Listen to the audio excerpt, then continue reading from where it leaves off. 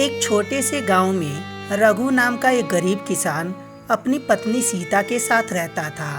रघु के पास थोड़ी सी जमीन थी, परंतु कई महीने से बारिश ना होने के कारण अब सूखा पड़ गया था। रघु बहुत परेशान रहने लगा था।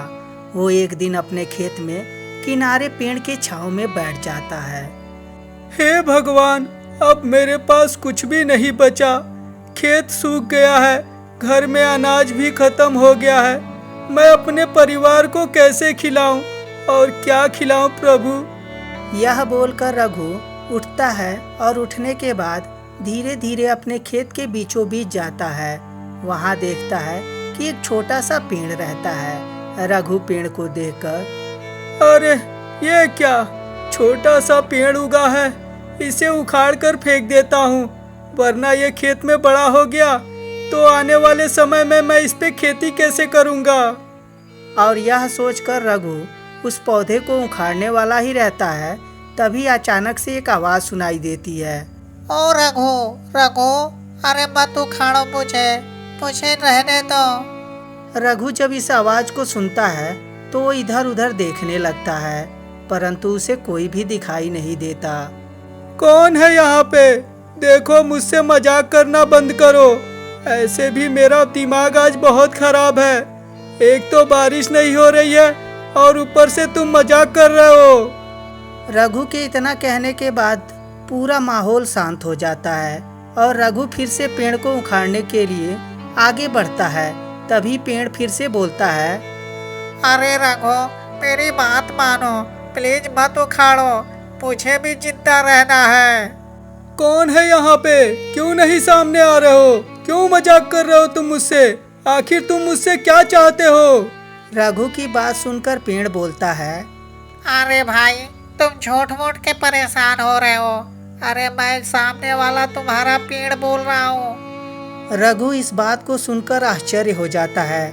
उसे भी शक हो रहा था कि ये आवाज़ पेड़ में से ही आ रही है। और तभी रघु, अरे दैया रे दैया, ये मैं क्या देख रहा हूँ? क्या सच में कोई पेड़ बात कर सकता है?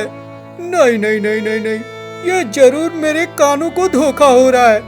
रघु इस बात को सोच ही रहा होता है। तभी पेड़ फिर से बोलता है, देखो रघु, तुम्हें जो चाहिए वो मैं तुम्हें ला कर दूंगा, लेकिन तुम मुझे मत उखाड़ो। रघु पेड़ की बात सुनकर थोड़ी देर सोचता है और फिर बोलता है, आखिरकार तुम मुझे क्या दे सकते हो? तुम तो एक पेड़ हो, तुम्हारे पास होगा ही क्या?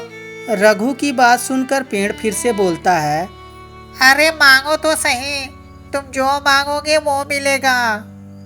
पेड़ की बात सुनकर रघु सोच में पड़ जाता है और सोचते हुए बोलता है, अगर जो ऐसी बात है, अगर जो आप मेरी इच्छा पूरी ही करना चाहते हैं, तो मेरी एक छोटी सी इच्छा है। मेरा परिवार आज 2 दिन से कुछ नहीं खाया है, वो भूखा है। अगर जो आपके पास थोड़े बहुत अनाज हो तो मुझे दे दो। मैं वादा करता हूँ कि जैसे ही मेरे खेत में फसल तैयार होगा, उसके बाद मैं तुम्हें वापस कर दूंगा।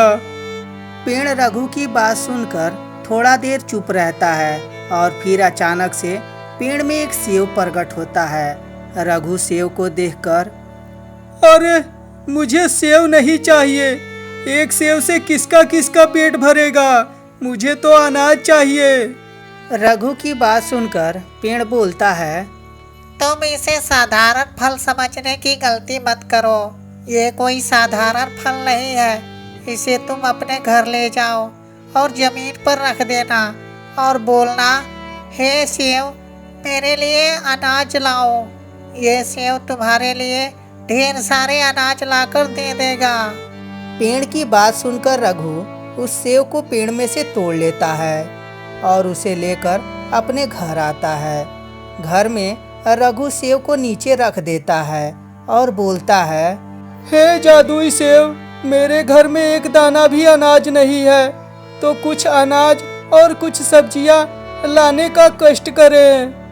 रघु के इतना कहते ही वो सेव वहाँ से गायब हो जाता है और थोड़ी ही देर में वहाँ पे ढेर सारे अनाज और टोकरी से भरा हुआ सब्जी प्रकट हो जाता है। रघु देखकर आश्चर्य हो जाता है। उसकी पत्नी भी इस नज़ारे को देखकर हक्का बक्का रह जाती है। और तभी रघु, ये जादुई सेव आपको कहाँ से मिला था?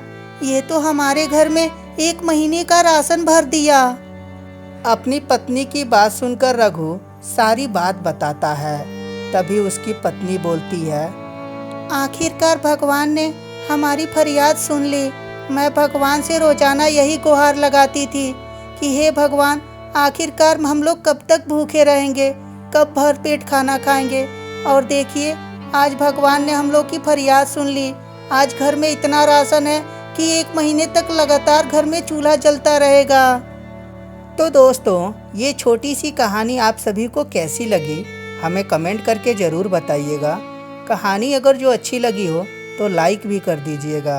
और हाँ, चैनल को सब्सक्राइब करते समय घंटी भी ज़रूर दबा दीजिएगा। आप सभी का बहुत बहुत धन्यवाद।